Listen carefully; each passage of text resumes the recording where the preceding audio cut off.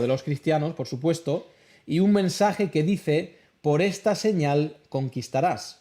Esa visión y su posterior victoria convencen a Constantino de que la religión verdadera era el cristianismo. Esto hace que su reinado, por encima de otras cosas, sea conocido por hacer del cristianismo la religión oficial. Este Constantino lucha contra un señor que se llama Maxencio en uno de los ríos de Roma. Maxencio se ahoga en el río y Maxencio, por cierto, él quería, como ya dije varias veces la semana pasada, que los césares querían volver a la religión sencilla de los romanos. Sencilla. Querían volver a los valores de los romanos. Y Constantino, antes de, no sé si la noche anterior a la batalla, ve esa imagen, la cruz, y dice: bajo esta señal vencerá. Él dice que todos los que luchaban a su favor se pintaran la cruz en el escudo y todos salen a luchar contra el enemigo.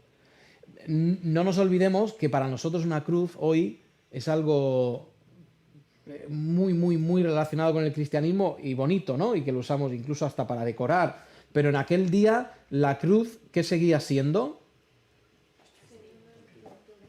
Seguía siendo un instrumento de tortura. ¿Y quién querría que un instrumento de tortura fuera su símbolo? Pues, por supuesto, estaba relacionada la cruz con los cristianos. Y vence. Esto para Constantino, por supuesto, es una señal de que la religión verdadera es el cristianismo. Dice ahí en el punto 1, Constantino, primer emperador cristiano. Durante los casi 300 años que existió la Iglesia, nunca hubo un emperador o César que se declarara cristiano. Los hubieron que los toleraron y les dieron algunos derechos, pero nunca como en los días de Constantino. Es muy discutido si Constantino realmente era cristiano o fue un estratega que supo entender que el cristianismo era ya algo tan grande que era mejor aliarse con él que contra él. ¿Entendéis esto? ¿Entendéis que la cristiandad llega a ser tan grande que Constantino lo que es un buen político? Igual más que un buen general, o un buen César, un buen emperador, porque por cierto tenía un carácter muy malo, dice la historia, este Constantino. Pero él sabe ver que la cristiandad está creciendo tanto, que lo interesante es aliarse con esta gente. Ya son tan grandes que no podemos perseguirlos de una forma general y no podemos acabar con ellos. Constantino fue arriano, él no creyó que Cristo era Dios, y Constantino fue bautizado en su lecho de muerte porque él pensaba que el bautismo limpiaba, ¿qué? Los pecados. Entonces, como el hombre el tonto no era, pues él dice: mira, antes que me limpie los pecados ahora y que yo peque después, pues mira, antes de morir. Y de ahí es de donde surge la extrema unción, que es lo que se da a los que van a morir, ¿no? Que es un sacramento, que ya sabéis que los sacramentos, según la Iglesia Católica, otorga gracia. Entonces, Constantino, no sé, después de leer mucho sobre él, no sabría si es cristiano o no. Pero hace muchas cosas buenas. Una de las cosas que decide Constantino es que por primera vez en la historia, y desde hacía 300 más 500, 600, 800 años. Durante 800 años había una práctica, 800 años, 800 años. Había una práctica en Roma que era secuestrar mujeres para casarte con ellas. Como la película 7 novios para 7 hermanas. Sí, pues ahí pasa, ¿no? Que secuestran a las chicas para casarse con ellas. Pues esto lo hacían los romanos y venía de una tradición en la cual en los principios del Imperio Romano llamaron a los pueblos de alrededor para hacer unos juegos, y todo era un engaño porque querían secuestrar a las mujeres, porque por alguna razón habían pocas mujeres en Roma. Y hicieron eso, secuestraron a las mujeres, se las llevaron y ahí surge toda una tradición de secuestrar mujeres. Pues cuando Constantino llega, declara que esto no se puede hacer. Se ordenó la pena de muerte para todos aquellos que abusaran de la recaudación de impuestos más de lo autorizado, o sea que te podían aprovechar de tu cargo, pero no demasiado. Eso estaba castigado con pena de muerte. No se permitía, a partir de Constantino, él también hizo, no se permitía mantener a los prisioneros en completa oscuridad, sino que era necesario que vieran en algún momento la luz del día.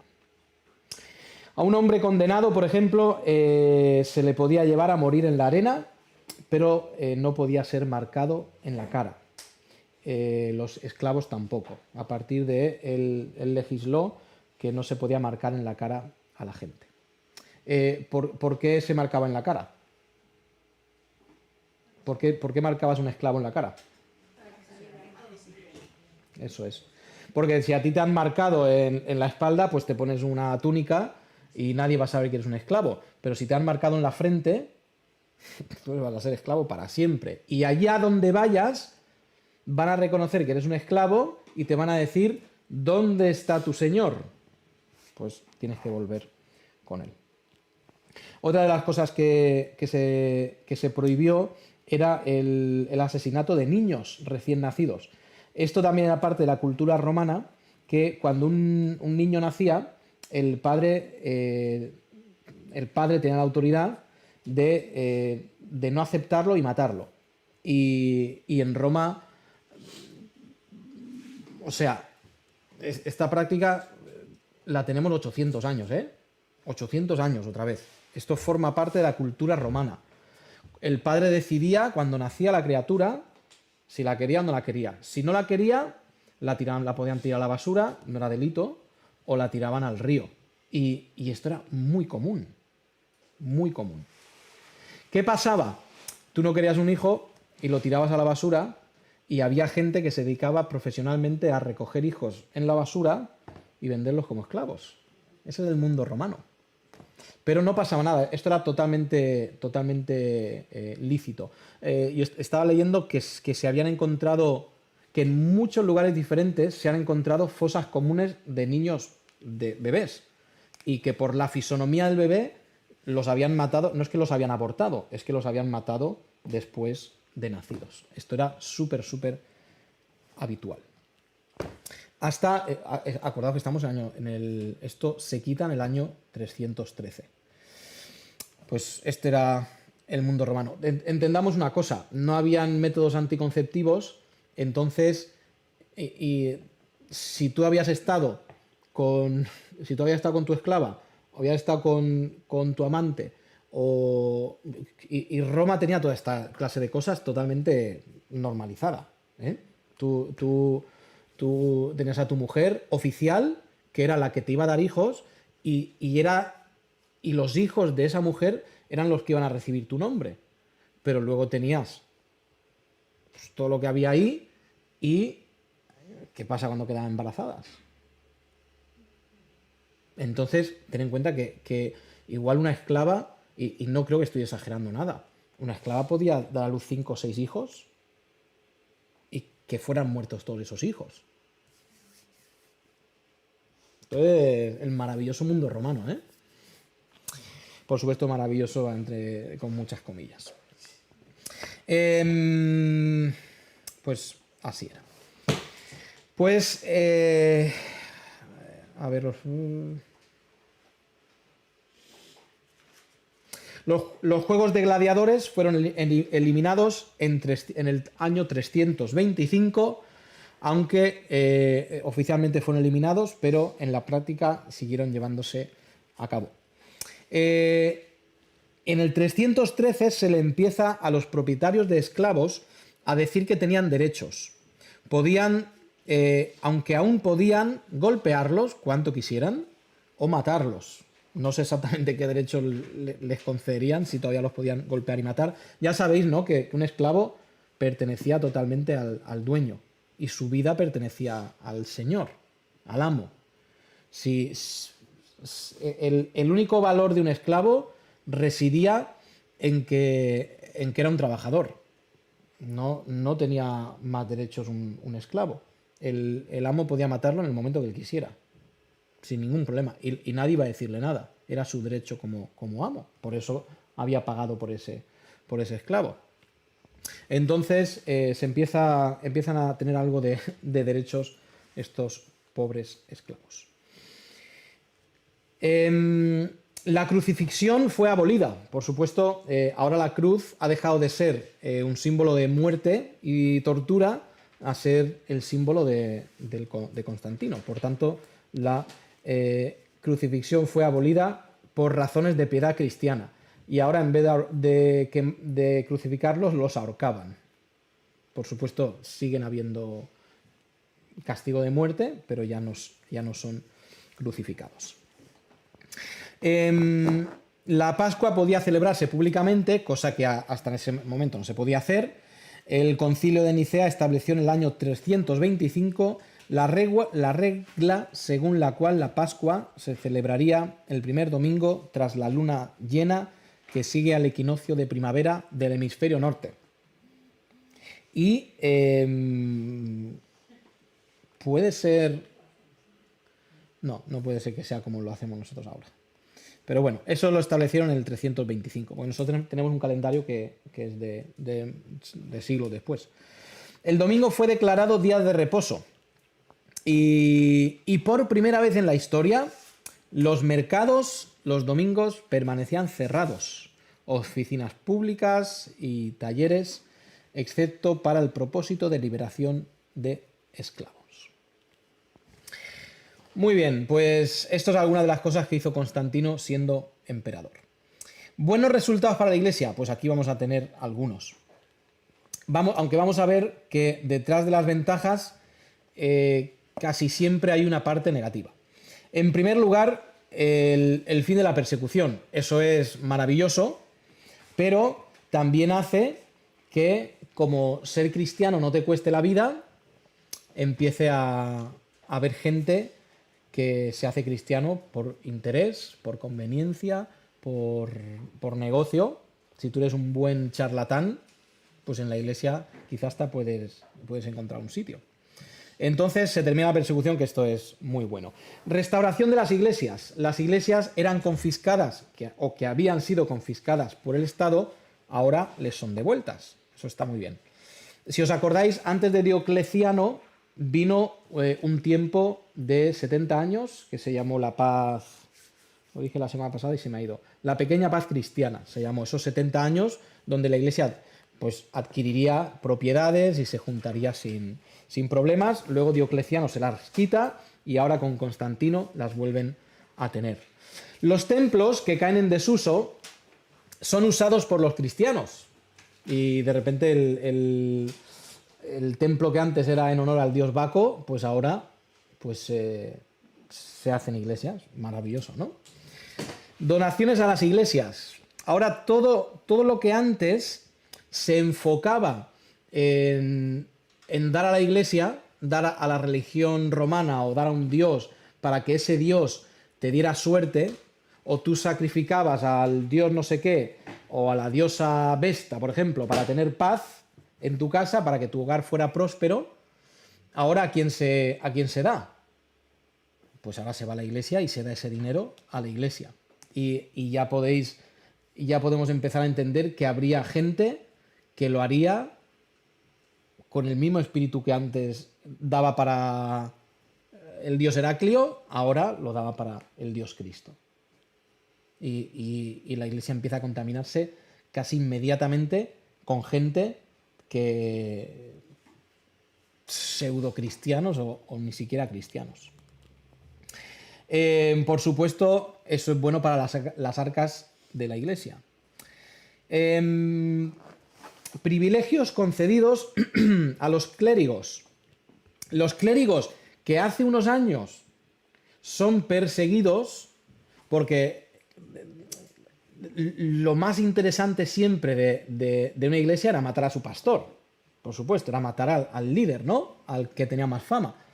Pues los clérigos, los ancianos que hace unos años son perseguidos, ahora se les dan privilegios.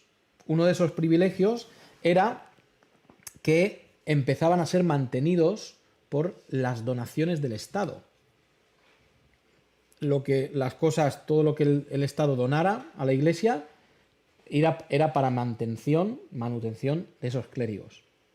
Se le quitaban impuestos a los clérigos.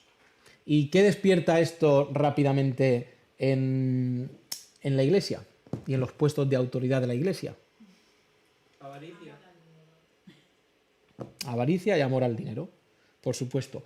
Y tenían además otra cosa que mira, empieza ahí y seguramente habrá acabado hace 40 años. Y es que los clérigos, o los monjes, o los ancianos, solamente podían ser juzgados por cortes eclesiásticas. Fíjate que el Estado deja de tener autoridad para juzgar a esa gente. Y es que es increíble. En 30 años antes o 20 años antes les estaban persiguiendo para matarles, y en 20 años son gente rica que no les puedes tocar. Esto ha pasado muy, muy rápido. Proclamación del domingo como día de descanso. El domingo se convierte en un día de descanso, limitándose lo que se podía hacer. Y fijaos esto qué interesante. Lo único que permitió Constantino fueron los Juegos Romanos. Por lo tanto, el ambiente del domingo, ¿en qué se convierte? El domingo es un día festivo. Y nosotros decimos, eso es maravilloso, ¿no? Eso significa que no voy a trabajar. No, significa que es un día lúdico dedicado a la diversión solamente. Y oye, ¿no respiramos nosotros eso hoy en día? El domingo es el día que yo me voy al campo, me voy a la playa, me voy no sé dónde. Muy bien, pues fueron buenas cosas que pasaron en la Iglesia con su contrapunto.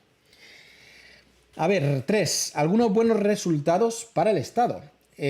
Abolición de la crucifixión, pues la cruz cambia de ser un símbolo de tortura y ahora se ahorcaría a la gente. Por supuesto, se seguía matando porque el imperio, el Estado, tenía que demostrar que era fuerte. Y esto es en todas las culturas, en todos los imperios.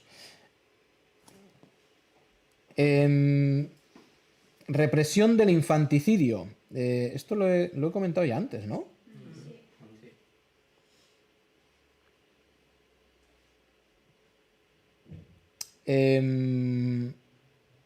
Sí, tenía aquí, bueno, como curiosidad, hasta para un romano matar a un niño no era un homicidio ni un asesinato. Para un romano, hasta que el niño no comía, no era persona, no se le consideraba ser humano, porque no comía. Entonces, pues ese tiempo que nacían hasta que empezaban a comer y por tanto se les empezara a considerar seres humanos, incluso pues eso, se les podía matar sin ningún problema en ese periodo. Cuando eran recién nacidos, no sé si a la semana o así recibían su nombre oficial, y hasta entonces se les llamaba pupus o pupa. Los pupus a los chicos, pupa a las nenas pequeñitas. Pues mira, esto estuvo en vigor desde la fundación de Roma en el 750 a.C.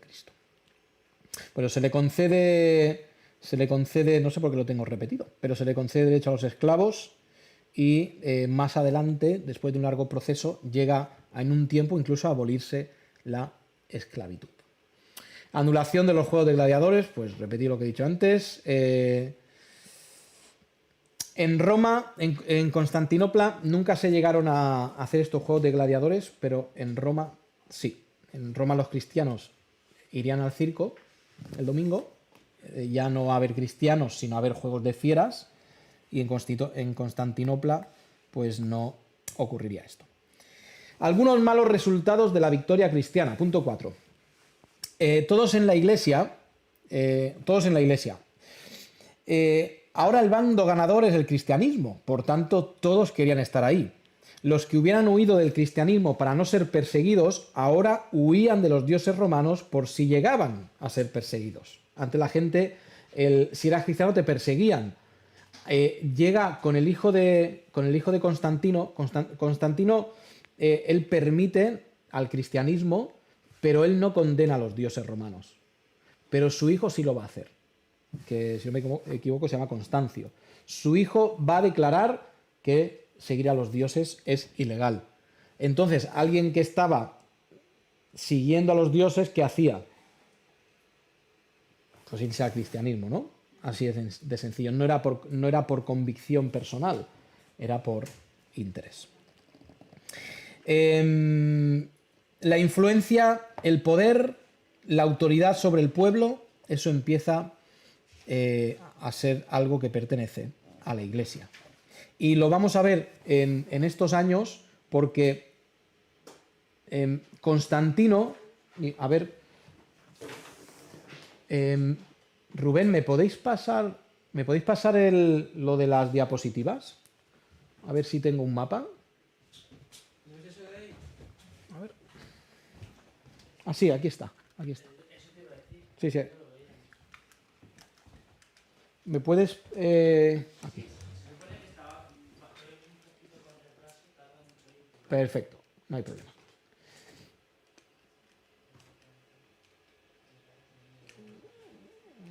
Igual. Vale, el Imperio Romano, las catacumbas. Vale. Esto es lo que yo quería poner. Vale. Tenemos el punto B. Costumbres paganas introducidas en la Iglesia. Lo que llamamos el sincretismo romano, que es que los romanos estaban dispuestos a acoger a cualquier dios, sea cual fuera, sea de donde viniera, da igual lo que significara, lo que representara, no tenían ningún problema en ir añadiendo dioses a su panteón. Esto va a empezar un poco con el cristianismo también en esta época. Los cristianos van a ir cogiendo cosas de los dioses paganos.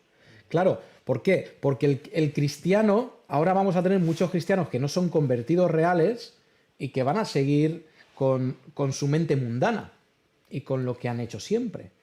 Entonces, la Iglesia va a empezar a adquirir malos hábitos. La gente va a tener la mentalidad de, bueno, lo que antes hacíamos por los dioses, pues ahora lo hacemos por Dios. Que esto, en el sentido bueno, en el que fuera de verdad creyente, bien, porque el que tenía pasión antes y amaba de verdad a los dioses, se convertía de corazón y amaba a Cristo. Pero el que antes iba a los dioses, sencillamente porque había que hacerlo, ahora lo haría con el cristianismo. Y como religiosos ha habido siempre en la historia, pues la Iglesia se llenaría, por supuesto, de religiosidad. Y eso va provocando, punto C, que la Iglesia se vaya tornando, se vaya cambiando a mundana. Males, punto D, de la unión de la Iglesia con el Estado. Jesse Lehman, o Lehman, no sé cómo se dice, el del libro, dice: el cese de la persecución fue una bendición, pero el establecimiento del cristianismo como religión de Estado una maldición. Y es por eso que nosotros creemos en la separación de poderes entre el Estado y la Iglesia. Y creemos que el líder de la Iglesia no puede ser el líder del país, ni el líder del país puede ser el líder de la Iglesia, como veremos, por ejemplo, más adelante con Enrique VIII. Como las reglas de la Iglesia Católica no le apañan, pues él se hace una iglesia. Dice, mira, y a todos mis súbditos los declaro anglicanos, sería el nombre con el que se le conocería a la Iglesia, por supuesto, de Inglaterra. Entonces, pues tenemos que defender la separación de Iglesia y Estado. Y vamos a ver que eso trae unos problemas enormes, enormes, enormes. Fundación de Constantinopla. Convertir al cristianismo en la religión de Estado provoca, entre otras muchas cosas, que las diferentes diócesis que ejercían autoridad en todo el imperio empiecen a mirar hacia una única autoridad centralizada. La sede de ese gobierno eclesiástico, teóricamente, sería Constantinopla. Si... Ay, ¿me ponéis el puntero, porfa? Gracias. Muy bien, ¿veis dónde está Constantinopla? ¿Veis dónde está Constantinopla? Aquí. Roma está por ahí. ¿De acuerdo? Entonces, hasta a ese momento los césares estaban pues gobernando su imperio desde ahí, desde Roma. Y bueno, está más o menos en el centro de Europa y más o menos lo van haciendo. Acordaos que el imperio romano llega a tener todo esto y se gobierna desde ahí. ¿Os acordáis que dije que el cristianismo en ese momento va funcionando por diócesis, va funcionando regionalmente? Aunque tienen sus institutos bíblicos, Antioquía, Alejandría y Cartago, donde se forman, siguen teniendo sus diócesis regionales y Roma es una diócesis más. Es más importante porque se supone que ahí están los mejores hombres, y hasta ese momento es cierto, pero se va gobernando de forma local.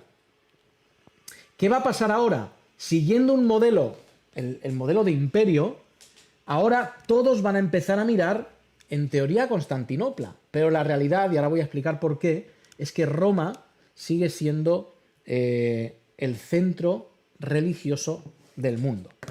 Vamos a... ¿me podéis poner el puntero, por favor?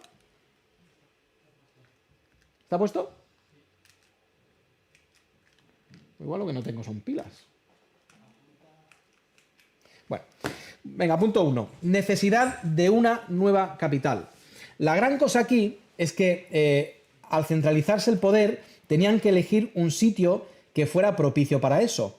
Y Roma tenía una muy grande historia de idolatría y de luchas de poder. Probablemente Constantino supiera que era más fácil manejar una ciudad nueva que él levantara que una ciudad tan antigua con historia y ambición de siglos. Constantino es muy listo, es muy astuto. Y él dice, mira, si yo voy a Roma siempre está en continuas disputas de poder, siempre, siempre. Los césares y los emperadores romanos viven muy poco, porque les matan. Viven 20, 25 años porque se rebelan, hay unas luchas de poder muy grandes. Y la iglesia en Roma es fuerte, ahí no voy a poder gobernar a mi aire. ¿Qué hago? Fundo Constantinopla. Una ciudad donde, y lo vamos a ver con el paso de los siglos, donde la gente de ese lugar, los actuales turcos, son gente que se somete muy fácil al Estado siempre. Donde la religión se va a someter al Estado. Y durante siglos y siglos y siglos, los bizantinos, o los constantinopolitanos, o como sea, se van a someter sin ningún problema. Y Constantino es muy, muy astuto, porque dice, yo ahí sí voy a poder gobernar, y voy a poder gobernar tranquilo. Pero en Roma no, porque Roma es una plaza muy complicada de torear. Y él funda Constantinopla, y hace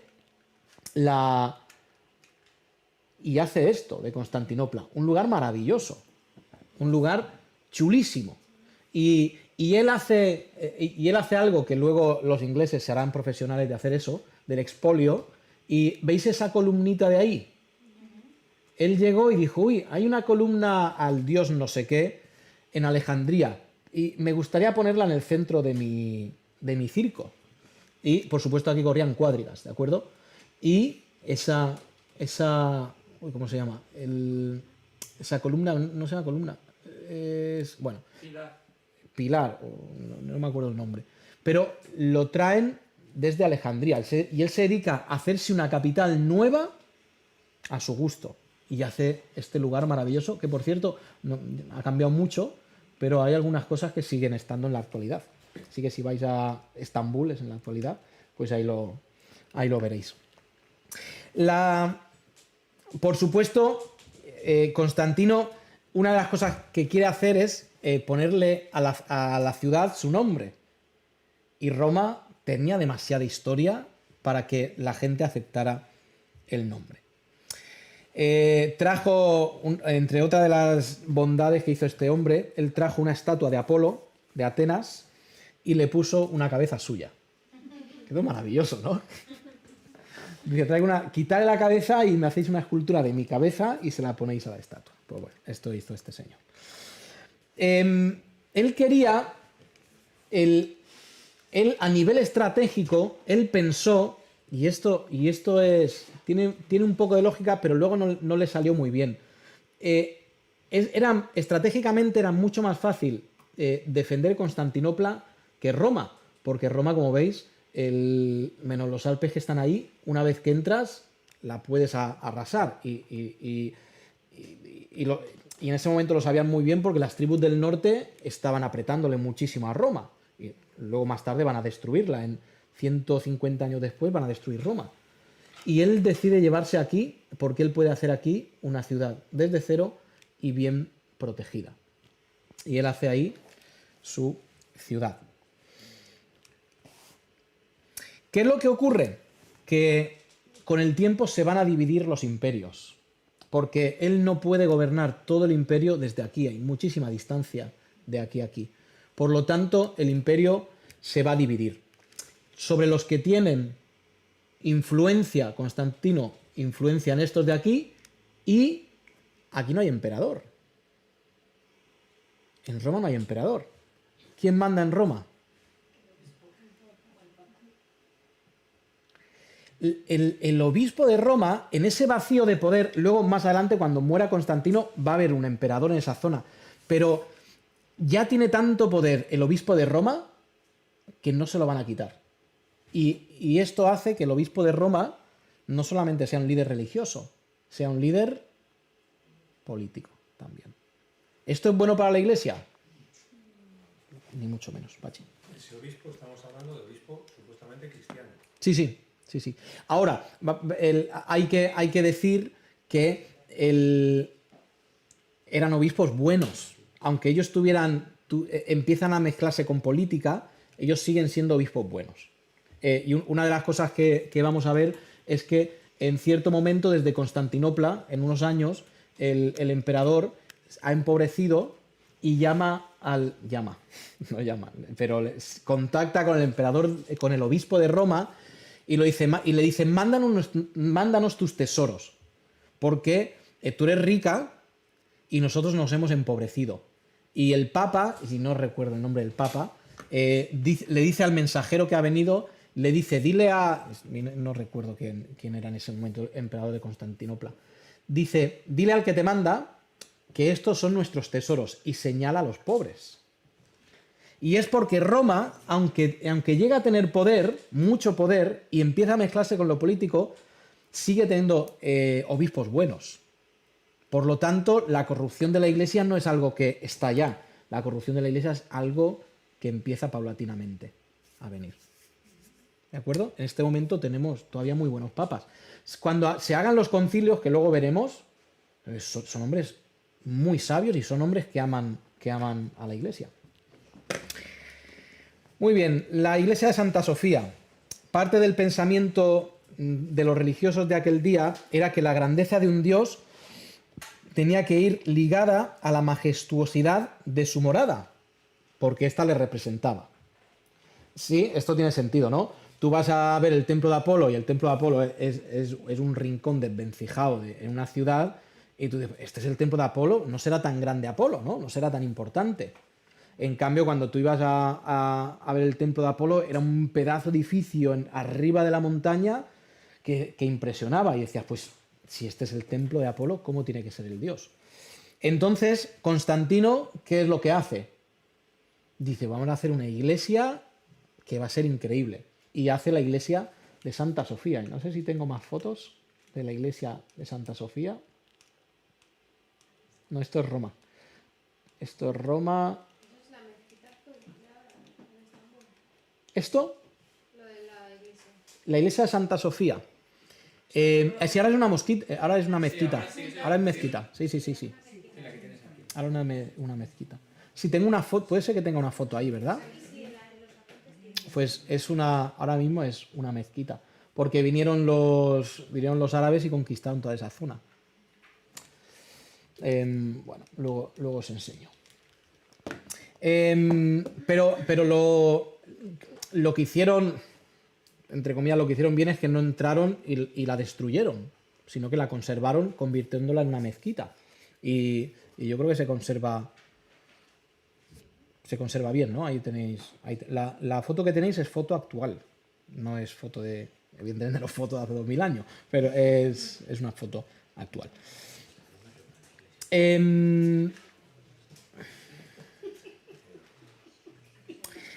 La iglesia de Santa Sofía va a ser la iglesia más importante de la cristiandad hasta el siglo XV, porque en el siglo XV surge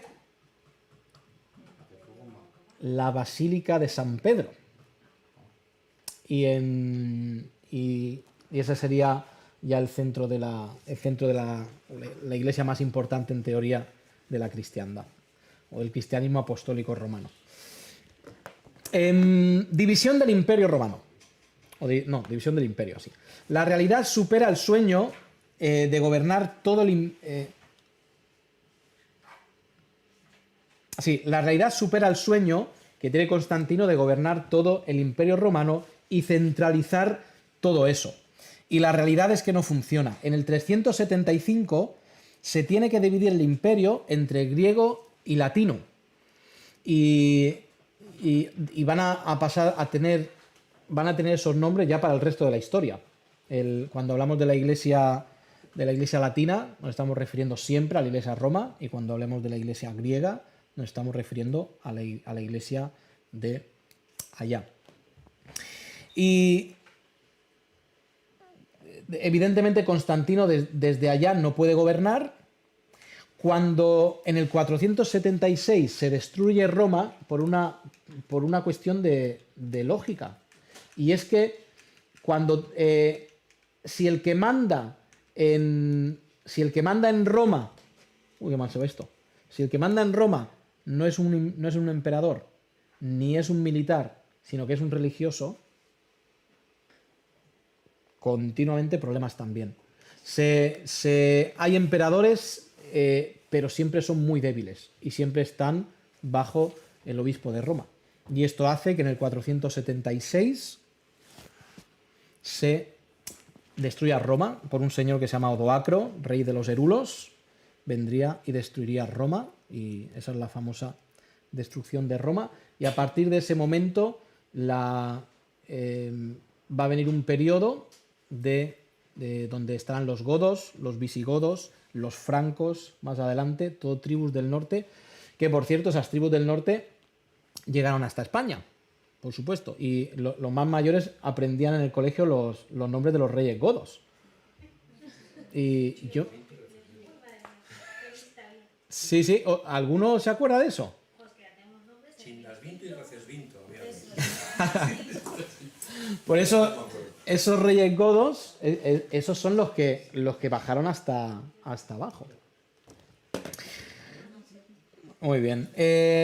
Pues esta es la división y por supuesto, como digo, Constantino no pudo sujetar todo su imperio. Es muy complicado en esos tiempos de sujetar un imperio. Cosa que el Imperio Romano en tiempo de Césares lo habían conseguido hacer bastante bien. Pero aquí no funciona. Supresión del paganismo. Punto 4. Constantino tolerante. Constantino es tolerante con todos los religiosos, también con los dioses romanos o griegos. Constantino se declara sumo pontífice. ¿Esto os suena esto de sumo pontífice? Sumo pontífice, pontífice, esto es un título que viene de los romanos, que literalmente pontífice, nombre raro, pontífice es el que hace puentes. Y sabéis que Roma tiene varios ríos y el que construía los puentes llega a ser el título del emperador de Roma. Antes de ser un título religioso, porque ahora el Papa se apodera de ese título de sumo pontífice. Pero sumo pontífice era un título romano de importancia. Y este Constantino, pues, lo coge. Una de las cosas que Constantino toleró y permitió era el sostén de las vírgenes vestales en Roma. La diosa Vesta es una de las diosas más importantes del panteón romano, porque la diosa Vesta es la que cuidaba del fuego eterno de Roma. Y ella cuidaba, era la diosa de la casa también. Y se consagraban a la diosa Vesta mujeres que tenían que ser vírgenes toda su vida y llegaban a tener mucha influencia en el gobierno, estas vírgenes vestales. Todo esto viene de tan antiguo como Rómulo y Remo, ¿os suenan? Pues su madre se supone que era una virgen vestal. No muy buena madre porque los abandonó, ¿no? Bueno, tomó forma de lobo y luego todo este jaleo que vemos. Las diosas vestales eran muy queridas y muy respetadas. Si tú te aprovechabas de una diosa, de una virgen vestal, estabas condenado a muerte. Si una virgen vestal dejaba su juramento, era también condenada a muerte. Y tenían su día importante, como en Roma todos los dioses, donde paseaban un burro por la calle. No sé por qué era un burro, pero era lo típico. Pero ella, Constantino lo permitió porque era algo muy, muy arraigado en la costumbre, en la cultura romana. Llevaban haciéndolo 800 años. Muy bien, sucesores de Constantino. Los que sucedieron a Constantino empezaron a ser intolerantes con los dioses romanos y cambió el estatus de la iglesia más bien de tolerada a prominente, y todo el que fuera o todo el que no fuera de la iglesia cristiana sería perseguido. Cualquiera que adorara a otro dios sería perseguido. Se ha vuelto totalmente la moneda, ¿no? No es que ahora el cristianismo sí, pero bueno, vamos a tolerar a todas las religiones. Es que el que no es cristiano ahora está condenado a muerte y todo eso. ¿Qué consigue esto con los dioses romanos? Que se dejen de adorar, sencillamente. Al contrario que con la iglesia. Esto lo dije creo que al final de la clase pasada. Cuando a la iglesia se la ha apretado y se la ha pisado, ha florecido y ha prosperado y se ha multiplicado. Cuando tienes a estos dioses que se les prohíbe, sencillamente se extingue el culto y ya está. Muy bien. ¿Qué hacen estos sucesores de Constantino que van totalmente en contra de la adoración a los dioses? Pues confiscan las donaciones a los templos, el que todavía donara a los templos, todo eso era confiscado. Pues la represión del infanticidio, destrucción de muchos puentes, destrucción de escritos anticristianos, que eso es una pena, pero se destruyeron muchos escritos anticristianos, y prohibición de adoración de ídolos. Ahora, quiero explicaros un aspecto de la Iglesia que luego va a ser católica, pero que es muy importante que lo tengamos en cuenta para entender los siguientes 1000 años. La Iglesia en aquel momento no es como nosotros hoy. Nosotros en la Iglesia de Irún pensamos y predicamos de una forma y quizá en la iglesia en la otra punta del país hay una iglesia que hace las cosas un poco diferentes. Y nosotros decimos, pues nosotros lo hacemos así, para la gloria de Dios, y ellos lo hacen así, para la gloria de Dios. Esto en ese tiempo no funciona, porque la Iglesia considera que ella tiene que cuidar de la doctrina y tiene que definir la doctrina para aclarar quién es santo, quién es bueno y quién es malo. Y la Iglesia está, por tanto, declarando quién es justo y quién es injusto, que es la excomunión o la excomulgación, declarar a alguien como no santo. Por tanto, no vale tú lo crees así, Dios te bendiga, yo lo creo así, eso no existe. Y la Iglesia tiene en segundo lugar la responsabilidad de que la verdad sea conservada. Por tanto, si yo digo esto y tú no piensas como yo, mi obligación como Iglesia es matarte.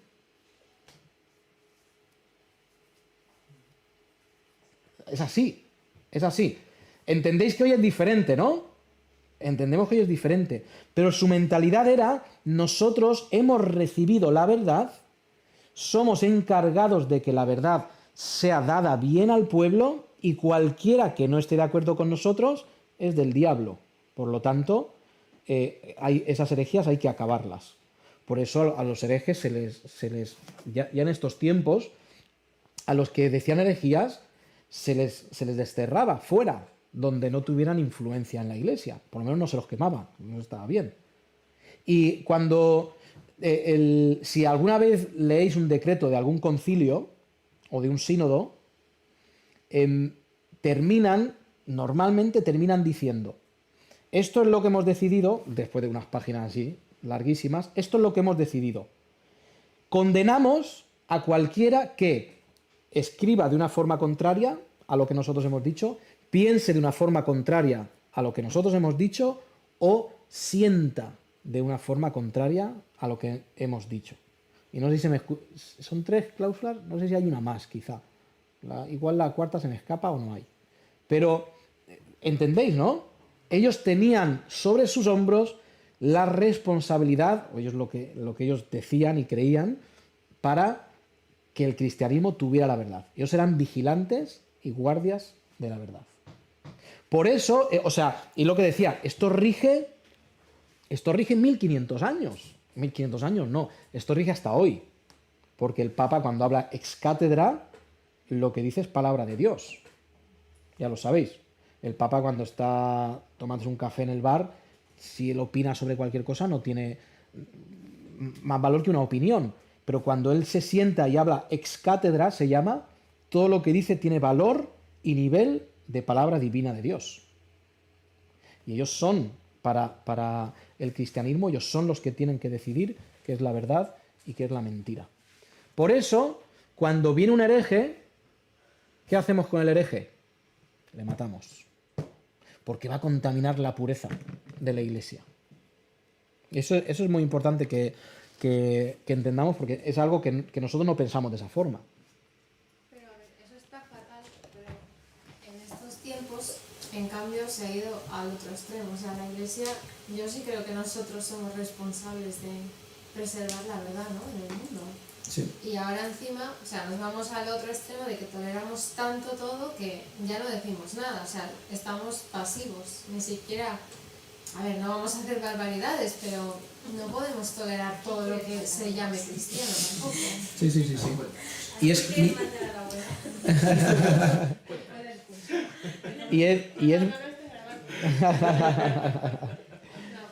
Pero eso que dices es totalmente cierto, porque eso se llama reaccionismo.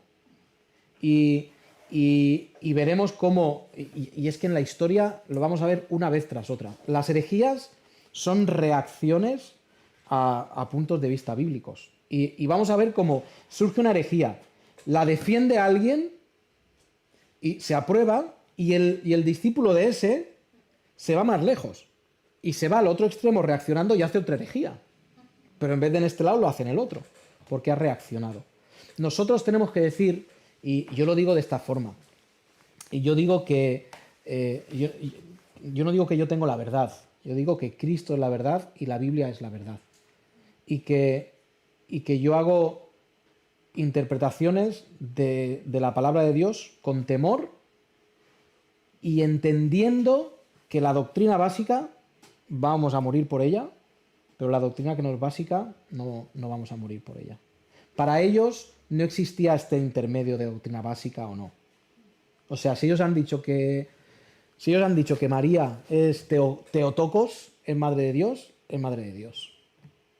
Y no se permitía intermedio o que tú pensaras, no, es que yo solo creo que es Cristotocos. Yo solamente pienso que es madre de Cristo, no pienso que es madre de Dios. Entonces, ahí estamos. Esto es para que entendamos un poco por qué la Iglesia Católica ha sido tan rígida con estas cosas. Y desde su punto de vista tiene sentido la Inquisición. Lo que pasa es que luego la Inquisición, sobre todo en España, se vuelve una herramienta del rey más que de la propia Iglesia y ahí es un desastre enorme. Vamos a ver, me estoy adelantando varios siglos, pero la persecución de los cristianos en Europa está mal, es mala, pero en España es que es terrible. O sea, la Inquisición en España es terrible, muy, muy, muy, muy mal. Y, cuando lleguemos ahí hablaré de cómo la Inquisición fue una herramienta en manos de ese rey, que no recuerdo ahora mismo cuál era, pero como... Isabel. Yo creo más bien que sean los hijos... Bueno, no lo sé, no voy a decir porque no sé, pero puede ser.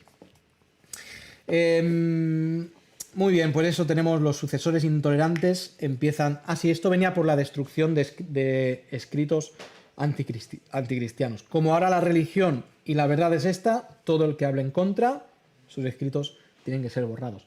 Lo vamos a ver también en las herejías, que, por ejemplo, Miquel viene con una herejía y él ha escrito 200 libros sobre su herejía. Y viene, en el concilio determinamos que eso es una herejía, lo desterramos, le hacemos lo que tengamos que hacer y todos los escritos de Miquel son quemados, todos sus escritos. Entonces, nosotros de las herejías, arrianismo, apolinarismo y todas estas cosas, nosotros no tenemos esos escritos, tenemos la defensa contra esos escritos, que eso es un poco ventajista, es un poco injusto. Pero bueno, Dios fue preservando también de esa manera la sana doctrina. Muy bien, llega la prohibición de adoración de ídolos, que por supuesto esto era algo súper novedoso, porque nunca se había prohibido que a Cristo sí, ¿no? Pero a los otros ídolos podías adorar además los que quisieras, no había límite. Vamos a ver, controversias y... primero 5 minutos para beber agua y luego empezamos con las controversias. Súper divertidas.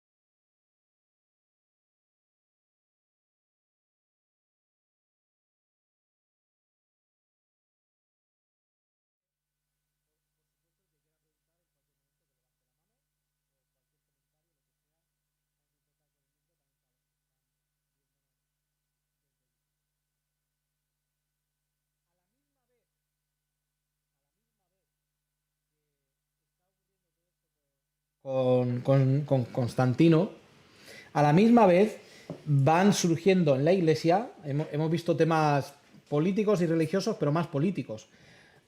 A la misma vez en la Iglesia se van desarrollando doctrinas y algunas muy importantes, tan importantes como que alguna de estas herejías todavía anda coleando a día de hoy.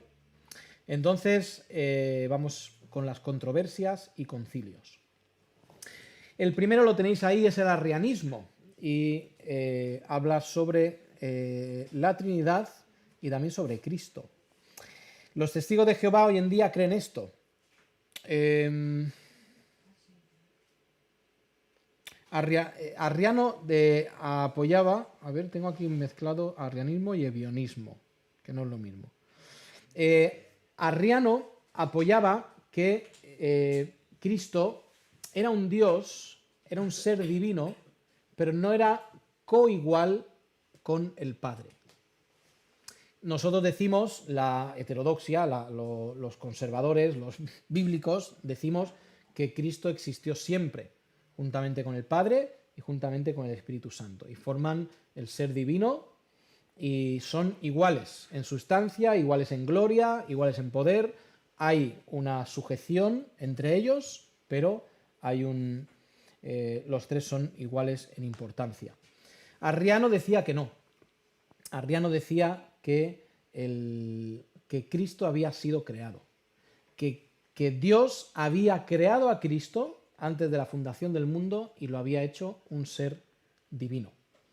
De esto beben los testigos de Jehová, los cuales añaden también que el Espíritu Santo no es Dios. Ellos no creen ni siquiera en el Espíritu Santo con personalidad.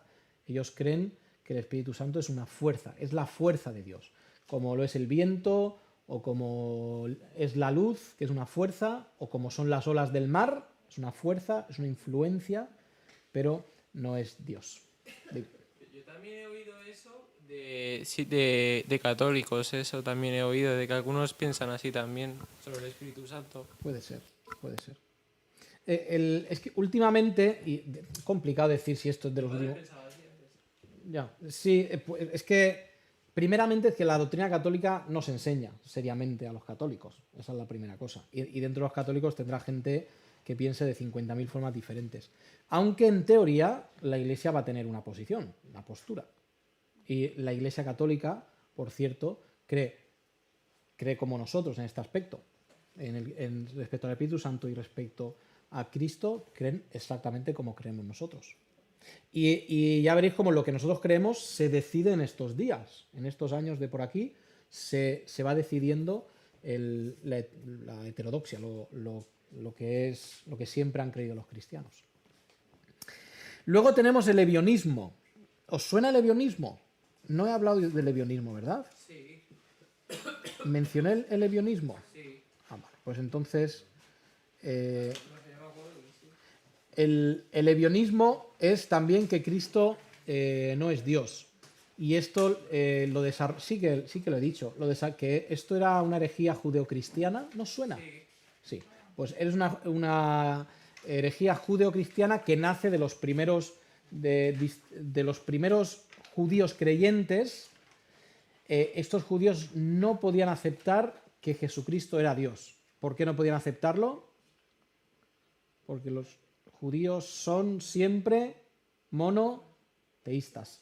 Si esto lo dije la semana pasada. Respecto al arrianismo, fijaos, porque Arrio tenía mucha influencia en su día en la Iglesia. Él tenía muchos contactos de gente importante en la Iglesia y fueron a un concilio. Y en ese concilio, el que llevaba la voz contraria era un señor llamado Atanasio, que él era archidiácono, no era obispo. Por lo tanto, en el concilio él no tenía voto. Él tenía voz, él podía hablar, pero él no tenía voto. Y siendo Atanasio un archidiácono, que es una posición menor, su defensa de la deidad de Cristo fue tan contundente que aún siendo de mayoría el concilio arriano, incluido Constantino. Constantino estuvo en este concilio, y Constantino era arriano, si os acordáis, lo he dicho antes. Atanasio fue aprobada su defensa de Cristo, y lo que defendía Arrio fue declarado herejía. Y lo interesante es que eran tantos los que creían en el arrianismo, que en los años siguientes vuelve a salir en un concilio este mismo tema. Y Atanasio es hasta en 4 ocasiones desterrado. Y él cada vez que es desterrado, él vuelve a defender que Cristo es Dios.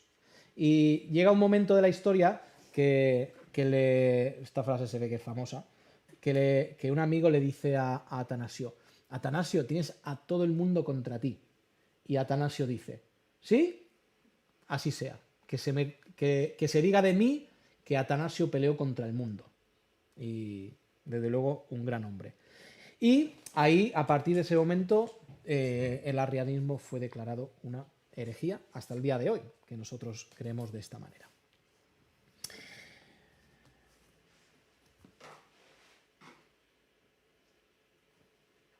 Sí, yo tengo aquí el ebionismo, porque el ebionismo, el arrianismo decía que Cristo era Dios, pero un Dios creado, mientras que el ebionismo decía directamente que Cristo no era Dios. ¿De acuerdo? Esta es la diferencia. Sensible, pero ahí está.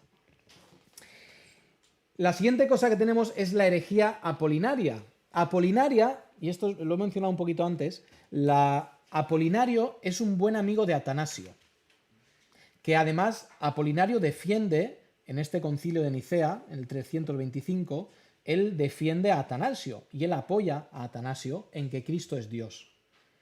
¿Qué es lo que ocurre? Que con el tiempo Apolinario va yéndose más al extremo, más al extremo, más al extremo de que Cristo es Dios, es Dios, es Dios, es Dios, y ahora ya no es hombre. Y lo que dice la herejía apolinaria es que Cristo no es hombre, que Cristo no tuvo naturaleza humana. Él nunca llegó a adquirir una naturaleza humana. Él cogió forma humana, le vimos, pero él no tenía naturaleza humana. ¿Cómo explicaba esto? No lo tenemos, porque sus escritos fueron destruidos, quemados. Eso es. Pero es una herejía también. Nosotros decimos que Cristo es totalmente hombre y es totalmente Dios. Pelagianismo. Pelagio defendía que cada hombre era responsable de su pecado y que no existía un pecado original. Dice que aun si Adán no hubiera pecado, habría muerto. Él no creía en el pecado, en que todos los hombres somos pecadores, sino en que tú ganas tu juicio, tu condenación por tus obras. Dice que la humanidad entera no murió vicariamente en Adán, que es lo que nosotros creemos. Toda la humanidad murió en Adán. Porque de la misma forma que en Adán todos mueren, en Cristo todos son vivificados. Fue hecho Adán un alma viviente, espíritu viviente, y fue hecho Cristo alma vivificante, dicen los textos bíblicos. Y él no creía en esto. Y pues fue condenado, el pelagianismo, y él además creía en que se podía llegar al cielo a través de la ley. Él pensaba que igual que tú te condenabas por tus obras, tú te justificabas por tus obras. Esto es lo que este hombre defendía. Y también él defendía que hubieron hombres que se mantuvieron sin pecado, que nunca llegaron a pecar. Esas son las 3 principales herejías de ese día. Muy bien, vamos a hablar de un tema, desarrollo del monacato. Y esta palabra rara, monacato, tiene que ver, por supuesto, con el tema de los monasterios. Y nace de una idea bonita, ¿no? De la idea de apartarme para ser más santo. Lograr una espiritualidad más grande cuando el ruido del mundo me deje acercarme más a Dios. Qué bonito es esto, ¿no? En principio suena muy bien. Pero evidentemente va creciendo y va a hacerse algo enorme, tan grande que hasta el día de hoy tenemos monasterios. Yo creo que ya cada vez menos, pero todavía quedan por ahí monjes y monjas. Por cierto, esto es reaccionario. ¿Por qué alguien querría salir del mundo? ¿Os acordáis lo que está pasando? El Evangelio está yendo a todos los lados, el Evangelio se declara religión popular, el Evangelio empieza a corromperse y este primer señor, este fundador, mira al cristianismo y dice, mira, para lo que hay aquí, más me vale irme a un monte. Esto es la cristiandad. Me voy a estar solo. Y es reaccionario a lo que está ocurriendo en ese momento, que la iglesia se está contaminando. Y aunque algunas veces a nosotros nos dé ganas de irnos a una cueva, como ahora vamos a ver el caso, pues digo aquí en el origen es que los hombres se cansan de la sociedad que está llegando, o del cristianismo, o de lo que está llegando a ser el cristianismo, y de la corrupción que se está metiendo poco a poco en la iglesia. El fundador, pues en el 320, fijaos en el 320, en el 313 Constantino hace el edicto de Milán por el cual declara la tolerancia, en el 313. 7 años después, este señor se va, no tengo ahí el nombre de este señor es Antonio Abad. No sabemos si hay relación con la familia, con Mari, pero tan pronto como en el 320, y creo que tengo una foto de... ¿Me ponéis el puntero, porfa? Creo que tengo una foto de... Foto no, un dibujo de este señor.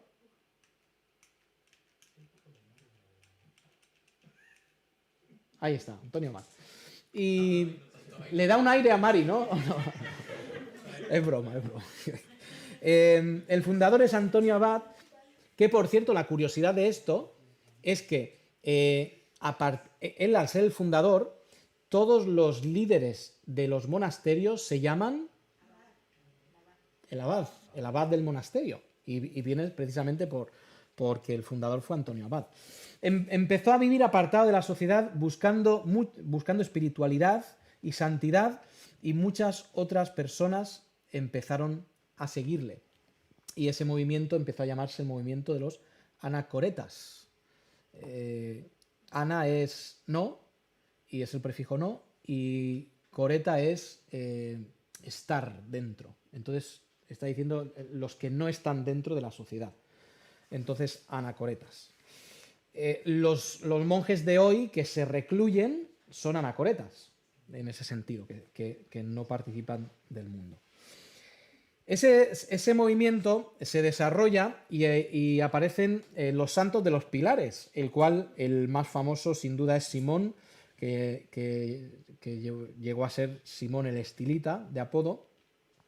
Y este señor se subió a un pilar primero de 3 metros, luego de 17 metros, y como parece que le sabía poco, pasó... primero de 3 metros, luego de 7 metros y finalmente uno de 17 metros. 17 metros, para que os hagáis una idea, vendría siendo pues más o menos 3 metros por piso, pues un edificio de 5 plantas. Y ahí pasó 37 años. Pero así, pero como en esa torre, ahí. Sí, vamos a ver, pero no estaba de pie. Evidentemente era un sitio más grande. Si hubiera estado, pues hubiera sido milagroso estar 37 años de pie. Pero evidentemente... Sí, era un pilar...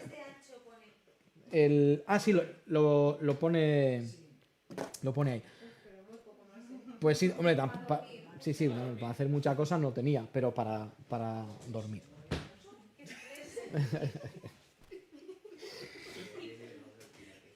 Él llegó, por eso, él llegó a ser...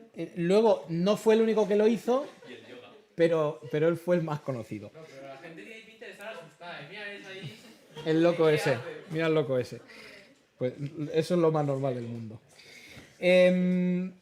Ahora, fijaos que la idea es en principio buena, ¿no? La idea de apartarme del mundo y buscar más espiritualidad. Oye, en principio esto no suena mal, pero no es lo que la Biblia nos enseña a nosotros. Nosotros estamos en el mundo, nosotros somos parte del mundo. Es curioso porque nosotros también lo hacemos en parte, ¿no? También lo hacemos en el sentido de que cuando nos vamos una semana a campamento o cuando nos vamos a Yerri, nos queremos apartar para poder buscar, ¿no? Sí. Evidentemente es un extremo, pero sí que hay cierto de verdad. Algo de verdad. Hay un equilibrio en eso. Hay un equilibrio en eso. Yo creo que es muy bueno irte a un monte y buscar a Dios 3 días. Pero tienes, por supuesto, que seguir cumpliendo con tus responsabilidades de ciudadano. Y si no lo hicieras, sería malo para tu testimonio. Serías un loco, por supuesto. Y el Señor se apartaba. Eso es. Y se apartaba un tiempo. Entonces, ese es el equilibrio. Muy bien, este movimiento de buscar, este movimiento anacoreta, de aislarse del mundo para buscar más santidad, llega a Europa y tardará un poco en llegar a Europa y en hacerse una idea. O sea, una idea fuerte y muy extendida. Uno de los asuntos que veremos por qué se empiezan a hacer monasterios es que, claro, en Egipto, que Simón el Estilita y también Antonio Abad están en el norte de África. Ahí tiene su gracia irse a una cueva a vivir. Pero aquí en País Vasco te vas a ir todo el invierno a la cueva. Y parece una tontería, pero este movimiento de irse fuera o irse al monte o irse a cuevas, que es lo que hacían, evidentemente en Europa no funciona. En Europa, cuando empieza a desarrollarse la idea, se van a construir monasterios y casas donde viven. Muy bien, desarrollo del poder en la Iglesia romana. Analogía, una de las primeras causas de que se empiece a centralizar el poder en el obispo de Roma es que sigue el modelo del imperio. En el imperio todos van girando y mirando cada vez hacia el emperador como la voz máxima en todo esto. En la Iglesia va a ocurrir eso hacia Roma cada vez más.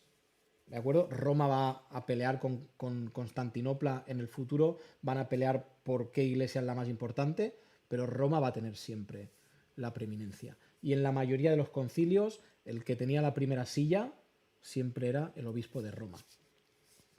Y a esto se añade que la cultura en ese día era una cultura clasista, por lo tanto, tú siempre mirabas a quién seguir. Y en el tema religioso también. Esto que hay hoy en día de no, yo tengo mi Biblia y yo no sigo a nadie ni me junto con nadie, esto es pensamiento del siglo XXI, esa individualidad es del siglo XXI. En aquellos días tú mirabas a la Iglesia y a los padres de la Iglesia lo que dijeran era la verdad. Ahí también hay cierto factor de que no sabían leer, ¿no? Sí, por supuesto. Por supuesto. Sí, Miquel ha dicho que está el factor de que no sabían leer, por supuesto. Sí. Eso es todo un caldo de... Es un caldo removido con muchas cosas y una es esa, por supuesto. El tema de... Sí. Ni les... No. Está bien. Que por supuesto que no le interesaba en cierto sentido a la Iglesia y al imperio también, en otro sentido, que ellos... Lo más primordial, casi desde el principio, ¿no?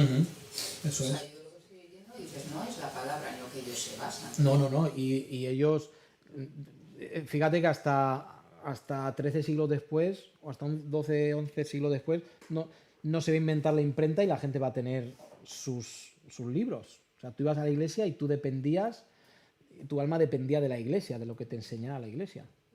Y igual todavía nacido en una zona riana y te habían enseñado que esa era la verdad. Entonces, es muy compleja la situación. O sea, nosotros... es muy simple analizar desde aquí, pero la situación era, por supuesto, muy, muy, muy compleja.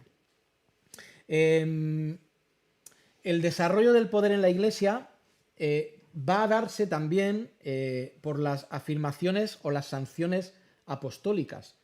Entre que haya una lucha de poder por ver quién manda, lo azuza, esto lo promueve, que hayan dos lugares que son muy importantes. Que uno es Constantinopla, donde está la sede del gobierno imperial, y otro es Roma. Al existir esta competencia, uno van a intentar ponerse sobre el otro. Luego en el futuro, con el paso de los años, van a aparecer, y el libro lo decía, van a aparecer textos diciendo que Pablo o que Pedro dijo que Roma era la capital del mundo y que había que seguir a Roma. Y a papas diciendo en el pasado que la única sede real de la religión es Roma, que luego se vieron que eso era falso. Pero empieza una lucha de poder precisamente porque al dividirse el imperio, ¿quién va a tener más voz?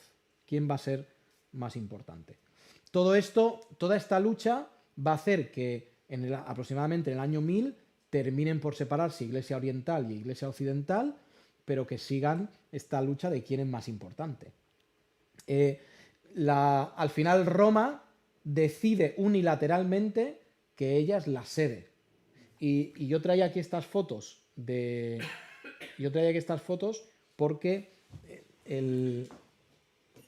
mira, a ver si podéis ver los textos en los que basan que Pedro fue el primer líder de la Iglesia y por tanto todos tienen que seguirle, y Pedro fue obispo de Roma.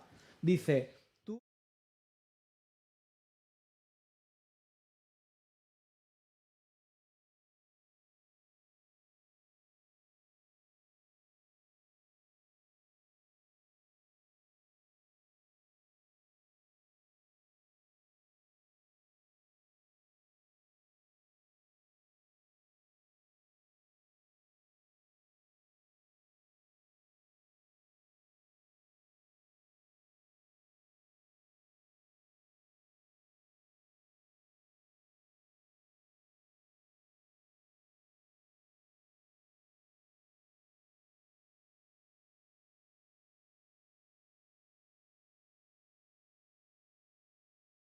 si tú vas, no sé si vas a ir, pero si en alguna ocasión vas, justo la cúpula más alta de la Basílica de San Pedro, esto es lo que aparece. Por cierto, esto que veis aquí, estos son personas. Por tanto, esto no es pequeño.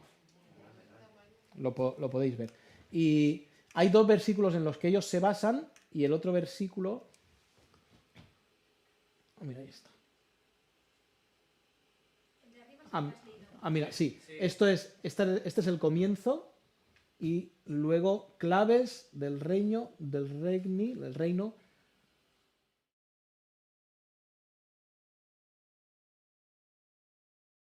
Perdonad mi latín, pero ya no sé. Pero ahí lo tenéis. ¿Y por qué eso es tan importante? Porque ellos basan en ese texto y en el texto de Pastorea mis ovejas, que está en otra de las partes, para decir que la hegemonía de la religión es suya.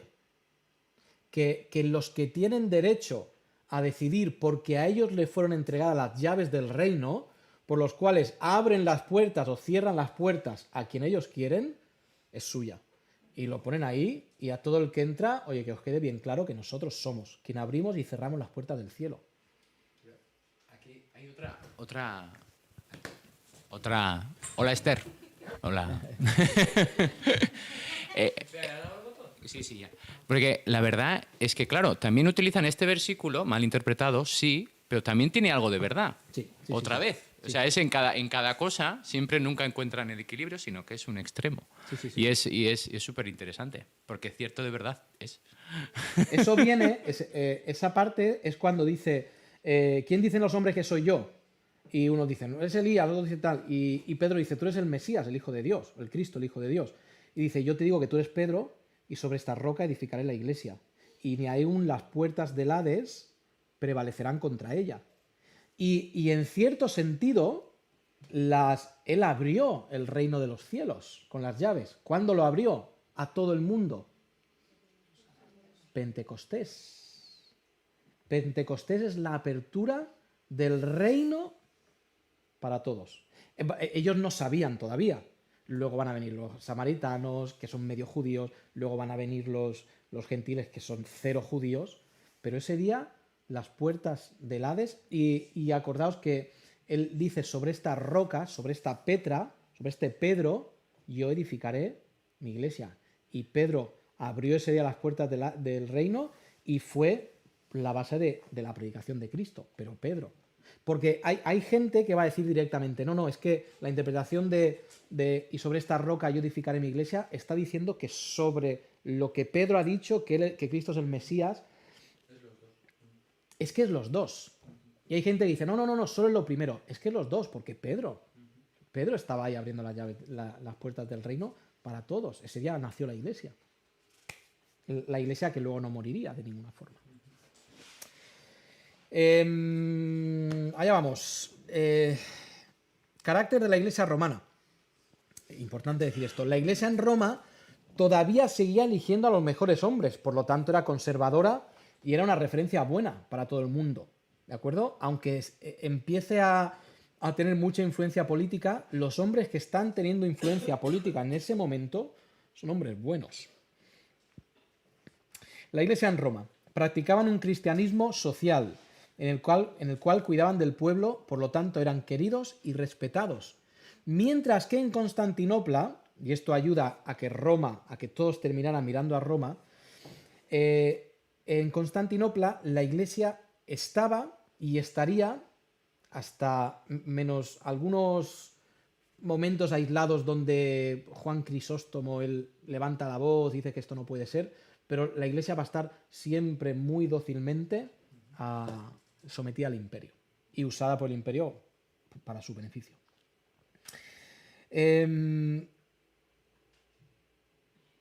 Traslado de la capital. Pues el traslado de la capital, esto es lo que he venido diciendo, a Constantinopla y su intento de centralizar ahí la iglesia y el imperio, religiosamente no funciona. Y religiosamente todo el mundo sigue mirando a Roma. Venga, caída del Imperio Romano Occidental. Causas de su ruina. Pues Roma era muy rica. Cuando hablamos del Imperio Romano, estamos hablando del 476, ¿de acuerdo? Año 476. ¿Por qué cae? Pues porque Roma era muy rica y, evidentemente, los pueblos del norte querían su riqueza y ya habían llevado ya muchos años peleando contra las tribus bárbaras del norte de Europa y por fin en el 476 Odoacro conquista Roma. Los romanos habían terminado por dejar de ser hombres de armas y los últimos años ellos estaban contratando a extranjeros para pelear. El servicio militar romano había dejado de ser obligatorio y ahora contrataban a extranjeros. Y no le va muy bien, porque precisamente Odoacro que él es rey de los érulos, de esa tribu, él ha luchado en el ejército romano contra las tribus del norte. Pero él se rebela y baja a Roma y la toma. Por supuesto, el imperio está debilitado por guerras civiles. Políticamente hablando, aunque religiosamente Roma es estable, como está tan lejos de la capital, empiezan a haber luchas intestinas entre los que están ahí en Roma. Unas veces pone el emperador de ese momento, a veces pone alguien que vigile en Roma y que sea el líder político de Roma, y otras veces se pelean entre los propios gobernantes en Roma. Por supuesto, al estar tan lejos no ayuda para nada. Movimientos de las tribus asiáticas, aparición de los hunos y todo esto hace que el Imperio Romano político sea destruido. Tribus invasoras, aquí no vamos a gastar ningún tiempo, ni mucho ni poco. Los visigodos, los vándalos, los borgoñeses, los francos, los sajones y anglos y los hunos. Que por cierto, los francos van a terminar siendo la tribu, y no, esto no tiene nada que ver con ningún conocido nuestro. Esto tiene que ver con que son los más fuertes. Y aparece un señor que en la historia va a ser muy importante, que es el señor Carlomagno. Y él va a dar a los francos, durante siglos va a gobernar esa zona. Tanto que en las cruzadas, en el año 1000, muchos de los cruzados que van son francos. Y tienes a un franco que se llama no sé quién de Borgoña, o no sé quién y son franceses peleando en Tierra Santa. Dime, Álvaro. A ver, yo no sé lo que voy a decir, si es verídico o no, pero bueno, yo lo voy a soltar. A ver. Bueno, ahora juzgamos nosotros. A ver, es que cuando has dicho lo de Carlomagno me ha venido a la memoria ese vídeo de YouTube que lo vi hace 2 meses. En plan, ese tío es como el Genghis Khan, en plan de que hay una gran población de personas que desciende de ese tío o algo así. De que... Es un señor, no un tío. No, Es un señor. da igual, a ver, ya me habéis entendido. Bueno, sí. Que decían de que muchísima gente de Europa que descendía de Carlomagno y así un rollo por el estilo, ni idea. Por supuesto, sí. Él tiene mucha influencia durante muchos siglos en toda Europa. Y lo que él hace, él consigue en un momento, es que esto es liarnos y no tiene que ver con esto, pero él consigue unificar mucho territorio de Francia, incluso hasta Alemania, cosa que en esos momentos había mucha inestabilidad política, y él consigue hacer eso, y por eso es Carlos el Grande, Carlomagno. Venga, vamos. Caída de Roma. Pues lo he ido diciendo. Odoacro, rey de los érulos, pues entra en Roma, la destruye y él se declara emperador, por supuesto. ¿Y cuál es la diferencia? Que el emperador ahora va a ser un bárbaro. Esa es básicamente la diferencia. Pero eso es considerado la caída del Imperio Romano de Occidente. Porque a partir de entonces, y esto lo habéis leído, que durante años va a ser él va a ser el emperador. Carlomagno se va a declarar emperador incluso. Pero ahora toda la influencia va a ser bárbara. Va a ser sobre todo franca. Y en Roma va a seguir el poder religioso y Roma va a declarar después que Carlomagno es el emperador. La religión va a investir a un emperador porque le interesaba, para que no vinieran más tribus a destruir Roma, le interesaba hacer un pacto con Carlomagno, entonces lo declaran emperador, un lío enorme. Venga, seguimos. La Iglesia y los bárbaros. La realidad del desastre imperial es diferente a la realidad espiritual, porque con la llegada de los bárbaros, el Evangelio avanza ¿a dónde? A las tribus bárbaras. Y ahora, con la llegada de estos bárbaros, el Evangelio sigue su expansión y va a llegar hasta las tribus bárbaras y va a llegar a sitios que probablemente antes o no había llegado o había llegado muy poco. Venga, líderes del periodo y terminamos. A diferencia de los líderes anteriores, o de los siglos anteriores, que solamente tuvieron reconocimiento por parte de la Iglesia, entramos en una época donde los grandes hombres de Dios son reconocidos también ampliamente por la Iglesia imperial. En esta edad temprana no ocurriría tan a menudo, pero conforme vayan avanzando los años, encontraremos a grandes hombres de Iglesia al servicio del imperio antes que al servicio de la Iglesia. Y esto es donde va a terminar yendo la Iglesia apostólica romana. Muy bien, tenemos a Atanasio. Este hombre es el que se enfrentó a Arrio, que lo he comentado antes, y en el concilio de Nicea se trata la naturaleza de Cristo. ¿De acuerdo? Esto es muy importante. Que en ese año ya se declara que Cristo es... Se declara no. Se reconoce que la doctrina es que Cristo es Dios. Que la sana doctrina es que Cristo es Dios.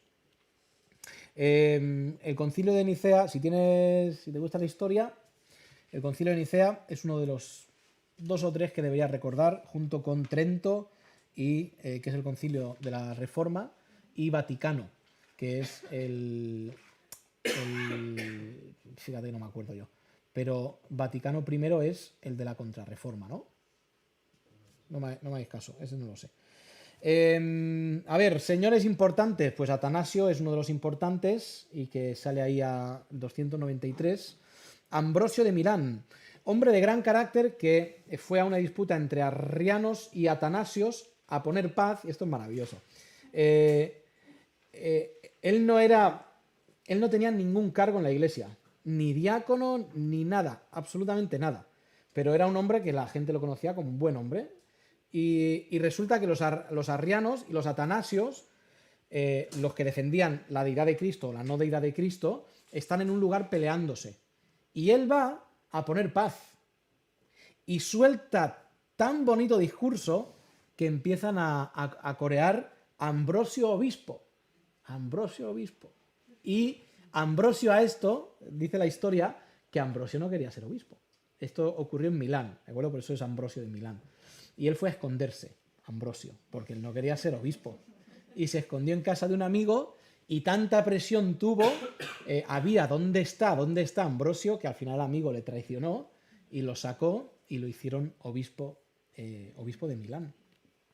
Fue un hombre muy fuerte y la foto que tengo, nuestro amigo Ambrosio, el de la capa, es efectivamente el que va vestido de oro.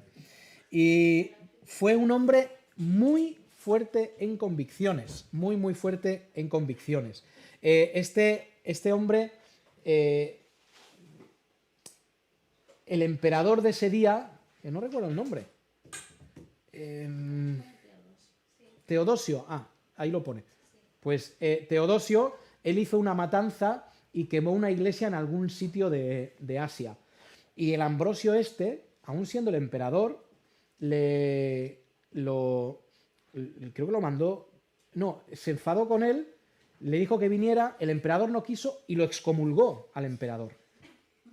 Entonces el emperador de medio mundo en ese momento, va a la puerta del palacio donde viviría este Ambrosio en Milán y dicen que le hizo esperar días haciendo penitencia en la puerta al emperador. Y persona de convicciones y persona que defendió la ortodoxia. O sea que un gran hombre en ese día. Juan Crisóstomo. Juan Crisóstomo o Boca de Oro predicó en la iglesia de Santa Sofía, llegó a ser, si no me equivoco, obispo en Santa Sofía y a la gente le encantaba escucharlo. Y por eso es que su apodo es Boca de Oro, porque se ve que sus discursos eran tan buenos que la gente iba solo por escucharlo a él. Él llegó a obispo de Constantinopla, pero él estaba en contra de que la política ejerciera influencia sobre la iglesia, y él lo defendió, que no podía ser que el imperio, que el emperador gobernara sobre lo que ocurría en la iglesia. También acusó a los religiosos de esos días, a los líderes de esos días, de tener una moral muy relajada, que esto lo entendemos todos, ¿no? Esto de la moral relajada. ¿Qué consiguió Juan Crisóstomo con todas estas acusaciones? Pues, ¿qué pensáis vosotros? Lo ahorcaron. No, gracias a Dios lo desterraron solo. Lo desterraron solo. Ya... La inercia. Es que venimos de estas cosas. Bueno, pues la realidad es que lo desterraron, ¿de acuerdo? Lo desterraron y cuando él murió en el destierro lo trajeron con honores a Constantinopla y, si no me equivoco, está enterrado en Santa Sofía. Jerónimo. reconocido, mira, esto es uno de los nombres que son importantes en bibliología, porque Jerónimo, él hizo la Vulgata. Él hizo la Vulgata, que la Vulgata era una traducción del griego al latín. Y es hasta día de hoy la versión oficial de la Iglesia, la Vulgata. Ahora, cosa que es increíble. Vulgata tiene que ver con vulgar. Hasta ese día habían traducciones del griego al latín, que el latín era, por supuesto, el idioma de todo el imperio occidental, mientras que el imperio oriental hablaba griego. ¿Habían traducciones del griego al latín para el lado oriental? Sí. Pero no eran en un latín que se comprendiera, era un latín culto, el cual la gente, si ya pocos leían, muchos menos podían leer un latín culto. Entonces lo que hace Jerónimo es darle al pueblo, o darle a... Aunque todos no tuvieran, las iglesias seguramente tendrían. Entonces, darle a las iglesias y darle a los ancianos y a los pastores un idioma que ellos podían entender.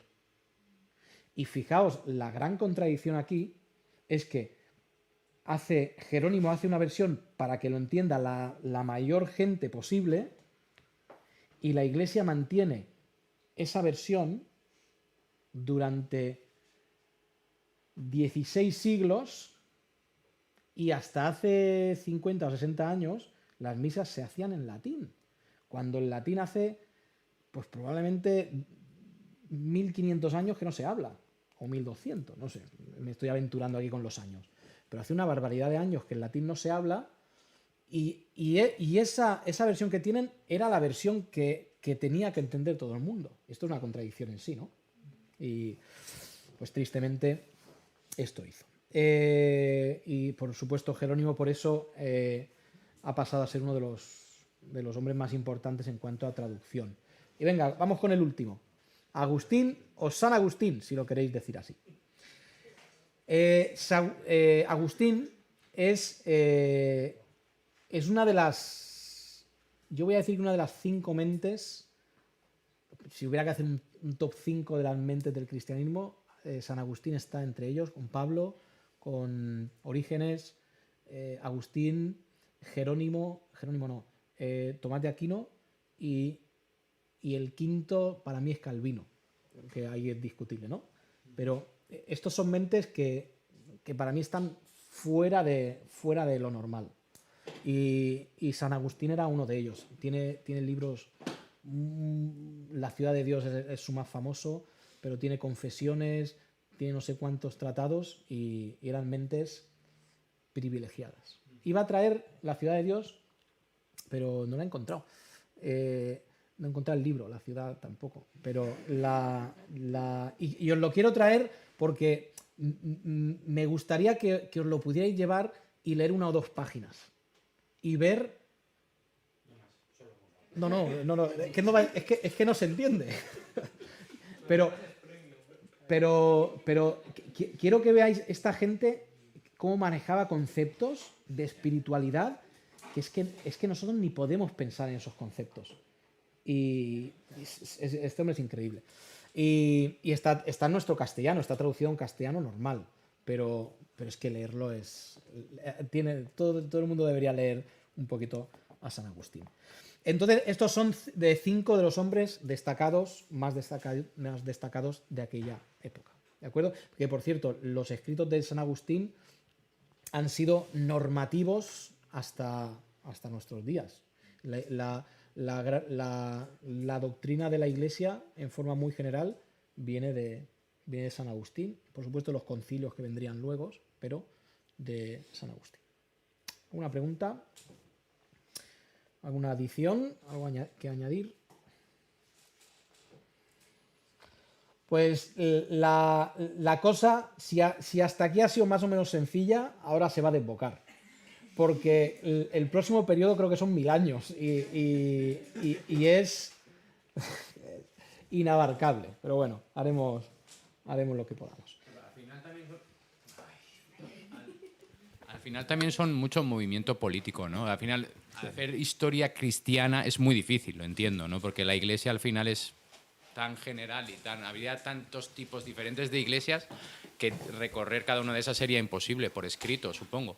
Pero es que se crearían situaciones súper interesantes de esclavos siendo pastores y de cosas que ahora dices, pues no puede ser, pero seguro que la había. Pero esas historias que serían súper edificantes, claro, se han quedado ahí, ¿no? Supongo. No es como historia cristiana. Historia estamos viendo un momento geopolítico, ¿no? De las cosas que ocurren y que la iglesia era parte, pero es más geopolítica que otra cosa. Sí, porque o sea, claro, ten en cuenta que analizar esos movimientos, o sea, es un movimiento siempre tan heterogéneo que nosotros cogemos generalidades. Puede ser, nosotros decimos, esta época fue muy corrupta, pero claro, igual fue corrupta en las grandes ciudades y en el pueblo hubo un avivamiento grandísimo. Entonces, son situaciones que desconocemos. Y este libro que estáis leyendo, lo bueno que tiene este libro es que es sucinto, es resumido. Porque, o sea, la historia de la iglesia son tomos y tomos y tomos y tomos y tomos de personajes, de herejías, de concilios, de todo esto. Entonces, que sea así, tiene su gracia.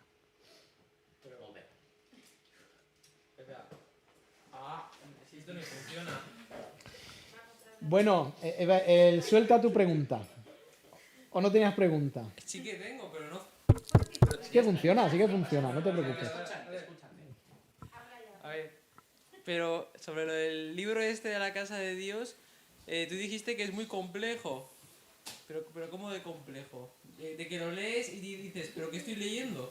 Eso es. Mira, cuando tú lees un libro, normal, tú puede ser que haya una palabra que no entiendes. Pero el problema es cuando tú no entiendes conceptos. Cuando dicen el gran problema del siglo XVI fue el monofisismo.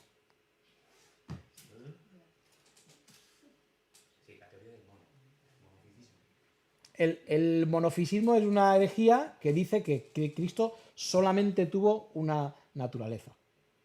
Pero no pasa nada porque pronto vinieron los difisistas. A muchos istas, ¿vale? Claro, el problema con San Agustín no son las palabras están en el diccionario, son conceptos que es que nosotros no entendemos y que para él eran normales porque se movía en ese ambiente. Bueno, vamos a dejarlo aquí, que son las 9. Oro y nos despedimos. Nuestro Padre, nuestro Dios, gracias porque nos podemos asomar de una forma ligera a los movimientos de la Iglesia y, Señor, aunque hablamos de hombres y de herejías y de movimientos, sabemos que tú estabas en todo momento dirigiendo a la Iglesia, cuidándola.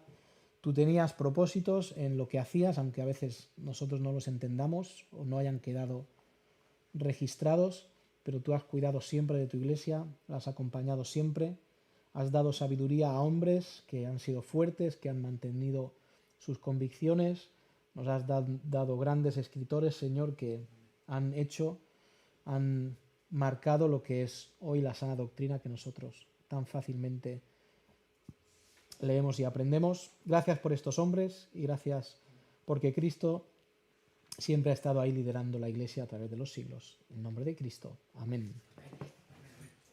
Muy bien. ¿Entre qué emperadores es que surge Asterix y Obelix? Pues Julio César sale en las pelis de Asterix y Obelix, ¿no? No sale Julio César. Ese ya es posterior. Julio César, es verdad. Sí, las tribus galas.